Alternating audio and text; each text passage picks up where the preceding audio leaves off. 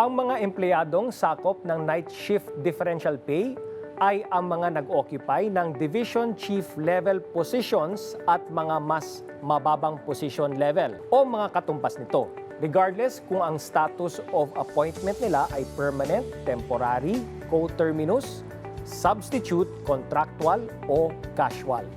Sila dapat ay may opisyal na oras ng trabaho na nasa pagitan ng alas 6 ng gabi at alas 6 ng umaga ng susunod na araw.